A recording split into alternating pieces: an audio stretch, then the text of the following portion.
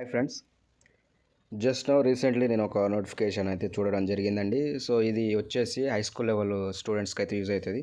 ఎవరైతే బీసీ కమ్యూనిటీకి చెందినటువంటి వాళ్ళు ఉన్నారో సో వాళ్ళ పిల్లలకు సిక్స్త్ కానీ సెవెంత్ కానీ ఎయిత్ ఏదైతే బ్యాక్లాగ్ వేకెన్సీస్ ఏమైనా ఉంటాయి కదా, ఆల్రెడీ సిక్స్త్ సెవెంత్ చదివే వాళ్ళలో రిమైనింగ్ సీట్స్ ఏమైనా ఉంటాయి, అవి వాటికి సంబంధించినటువంటి నోటిఫికేషను బీసీ సొసైటీ నుంచి అయితే రిలీజ్ కావడం జరిగిందండి. సో దానికి సంబంధించి ఈ యొక్క వీడియోలో మీకు ఎక్స్ప్లెయిన్ చేయదలుచుకున్నాను. పెద్దగా ఏమీ లేదు ఇందులో ఎక్స్ప్లెయిన్ చేయడానికి కూడా. ఎవరైతే సిక్స్త్ సెవెంత్ ఎయిత్ ప్రజెంట్ దాని అప్కమింగ్ అంటే సిక్స్త్ సెవెంత్ వాళ్ళకి ఒక క్లాస్ తక్కువలో చదువుతున్నటువంటి వాళ్ళు, ఫర్ ఎగ్జాంపుల్ ఫిఫ్త్ వాళ్ళు సిక్స్త్ అండ్ సెవెంత్ వాళ్ళు సిక్స్త్ అండ్ ఎయిత్ వాళ్ళు సెవెంత్, ఈ విధంగా చదివే వాళ్ళు ఎవరైతే ఉన్నారో వాళ్ళకి సంబంధించినటువంటి నోటిఫికేషను. సో దీనికి సంబంధించినటువంటి ఒక ఇన్ఫర్మేషన్ మీకు యూజ్ అవుతుంది అని చెప్పేసి ఎక్స్పెక్ట్ అయితే చేస్తున్నాను. సో దీనికి సంబంధించినటువంటి ఖాళీ సీట్లకు ఏవైతే ఉన్నాయో మార్చి 3 రోజు మనకు 10 గంటలకైతే ఎగ్జామినేషన్స్ అనేది స్టార్ట్ కావడం జరుగుతుంది. 12 వరకు అయితే క్లోజ్ కావడం జరుగుతుందండి.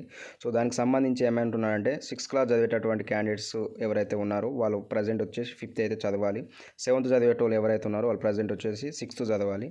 అలాగే 8th చదివే కావాలనుకునే వాళ్ళు ఎవరైతే ఉన్నారో 8th క్లాస్లో చదవాలి అనుకునే వాళ్ళు ఎవరైతే ఉన్నారో వాళ్ళు ప్రజెంట్ వచ్చేసి 7th అయితే చదవాలి. సో దానికి సంబంధించినటువంటి ఇన్ఫర్మేషన్ అయితే ఇవ్వడం జరిగింది. సో వాళ్ళు కంపల్సరీ ప్రభుత్వం ద్వారా గుర్తింపు పొందిన స్కూల్స్ అంటే ప్రైవేట్ స్కూల్స్ కావచ్చు లేదా ప్రభుత్వం అంటే గవర్నమెంట్ స్కూల్స్ కావచ్చు, వీళ్ళు చదివిన వాళ్ళు అయితే ఉండాలి.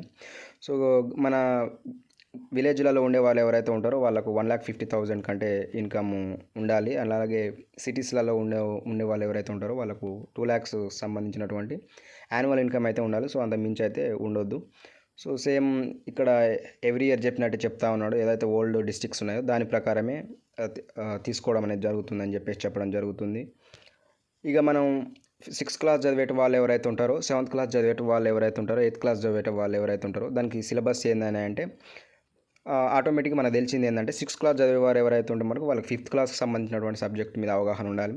అయితే 7th వాళ్ళకి 6th కావచ్చు, 8th వాళ్ళకి 7th కావచ్చు, ఈ విధంగా వాళ్ళ యొక్క ప్రీవియస్ క్లాస్కు సంబంధించినటువంటి నాలెడ్జ్ ఏదైతే ఉంటే వాళ్ళు ఈ ఎంట్రన్స్లో ఈజీగా క్రాక్ చేయడానికి ఉంటుంది. మామూలుగా అయితే జనరల్గా ఈ ఎంట్రన్స్ టెస్ట్ ఏవైనా కానీ ఒక 2 hours అయితే ఉంటుందని చెప్పేసి చెప్పడం అయితే జరుగుతూ ఉంది. 2 hours లో 100 మార్క్స్కి అయితే మనం అటెంప్ట్ చేయాల్సి ఉంటుంది. తెలుగుకు సంబంధించి కావచ్చు, లెక్కలు ఇక్కడ కూడా వాళ్ళు క్లియర్గా చెప్తున్నారు. తెలుగులో 15 అండ్ మ్యాథమెటిక్స్లో 30 అండ్ సోషల్ అండ్ సైన్స్లో 15, ఇంగ్లీష్లో 25 సబ్జెక్ట్స్కి సంబంధించినటువంటి ఆబ్జెక్టివ్ టైప్లో ఉంటుంది. ఇది థియరీ ఎగ్జామ్ అయితే కాదండి. సో మీకు డౌట్ రావచ్చు, మన పిల్లలు ఎవరైతే ఉన్నారో అందులో వచ్చేసి వాళ్ళు గంటల తరబడి పేజీలు రాయాల్సినటువంటి అవసరం లేదు. జస్ట్ వాళ్ళు ఇచ్చినటువంటి క్వశ్చన్ పేపర్లో ఆబ్జెక్టివ్ మోడల్ అంటే ఒక క్వశ్చన్ ఇచ్చేసి 4 ఆప్షన్స్ అయితే వాళ్ళు ఇస్తారు. జస్ట్ మన పిల్లవానికి ఆ క్వశ్చన్ మీద అవగాహన ఉంటే అందులో వాళ్ళు ఇచ్చినటువంటి ఆప్షన్లో ఏ కావచ్చు, బి కావచ్చు, సి కావచ్చు, డి కావచ్చు, వారైతే చూసుకోవడం అయితే జరుగుతూ ఉంది. ఇంగ్లీష్ అనేది 25 మార్క్స్ ఉందని కూడా చెప్పడం జరుగుతుంది. మనకి కొంతమందికి అంటే మన పేరెంట్స్కి తెలియకపోవచ్చు, బ్రదర్ ఒకవేళ మన క్వశ్చన్ పేపర్ అనేది తెలుగులో ఉంటుందా ఇంగ్లీష్లో ఉంటుందా అని డౌట్ ఉండొచ్చు. లేదండి, ఒకవేళ ఇంగ్లీష్ మీడియం సంబంధించినటువంటి స్టూడెంట్స్ అయితే ఇంగ్లీష్లో చదివి అండర్స్టాండ్ చేసుకుంటారు. తెలుగు మీడియంకి సంబంధించినటువంటి స్టూడెంట్స్ అయితే తెలుగులో వాళ్ళు అండర్స్టాండ్ చేసుకుంటారు. పెద్ద ఇందులో అయితే మనకు డిఫరెన్స్ అనేది పెద్దగా ఏమి ఉండదండి.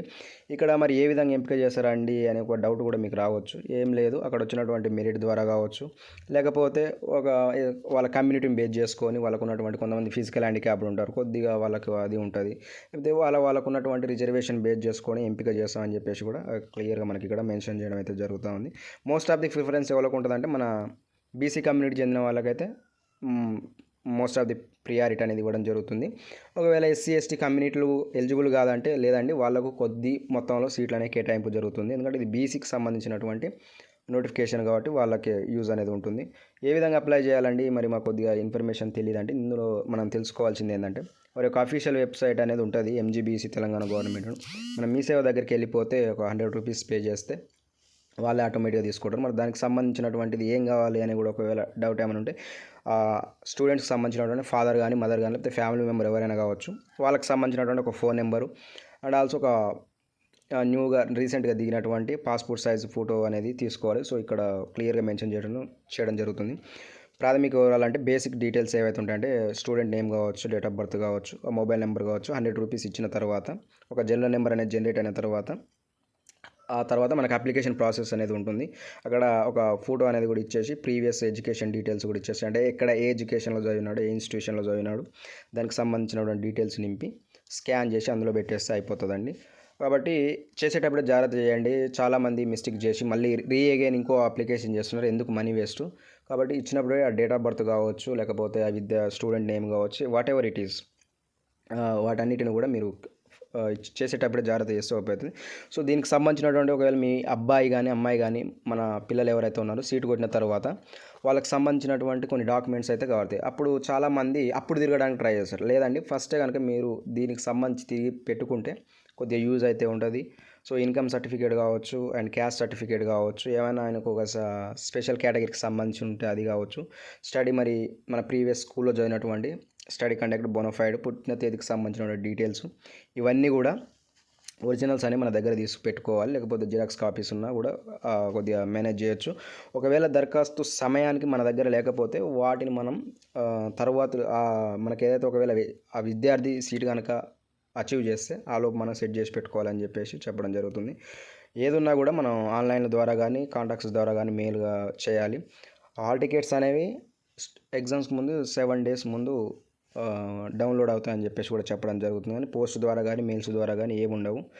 ఇవన్నీ కూడా పరిశీలించుకొని ఇక్కడ ఇచ్చినటువంటి డీటెయిల్స్ అన్నీ కూడా మనం కేర్ఫుల్గా చదువుకొని ఫర్దర్గా మూవ్ అయితే చాలా యూజ్ ఉంటుందండి. కాబట్టి ఏ ఎలిజిబిలిటీ ఉండాలి, 6th class చదివేట వాళ్ళకి ఏ ఇయర్స్ ఉండాలి, అండ్ 7th class చదివేటారు వాళ్ళకి ఏ ఇయర్స్ ఉండాలి, 8th class చదివే వరకు ఏ ఇయర్స్ ఉండాలి అనేది కూడా ఇక్కడ ఇవ్వడం జరుగుతుంది. ఫర్ ఎగ్జాంపుల్ 6th class వాళ్ళకైతే 12 years మించే ఉండొద్దు, 7th class వాళ్ళకైతే 13 years మించి ఉండొద్దు, అండ్ 8th class వాళ్ళకైతే 14 years మించి ఉండొద్దు అని వాటికి సంబంధించినటువంటి ఇన్ఫర్మేషన్ కూడా ఇందులో ఇవ్వడం జరిగింది.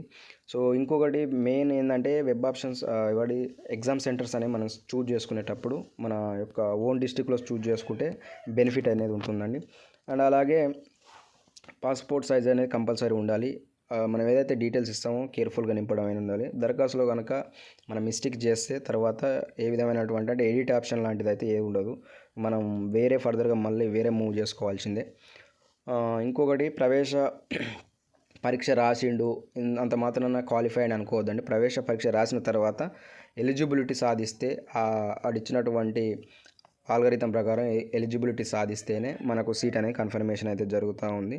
సో దీనికి సంబంధించినటువంటి ఈ నోటిఫికేషన్ అయితే ఇవ్వడం జరిగింది. సో ఫర్దర్గా ఏమైనా డౌట్స్ ఉంటే వాళ్ళ కాంటాక్ట్స్ నెంబర్స్ కానీ మెయిల్స్ కానీ చేసే అవకాశం అయితే చేసి ఫర్దర్ డీటెయిల్స్ అయితే తెలుసుకోవచ్చండి. సో దీనికి సంబంధించినటువంటి ఇంకేమైనా ఫర్దర్గా మీకు డౌట్స్ ఉంటే కూడా నాకు మెయిల్ కామెంట్ చేయండి.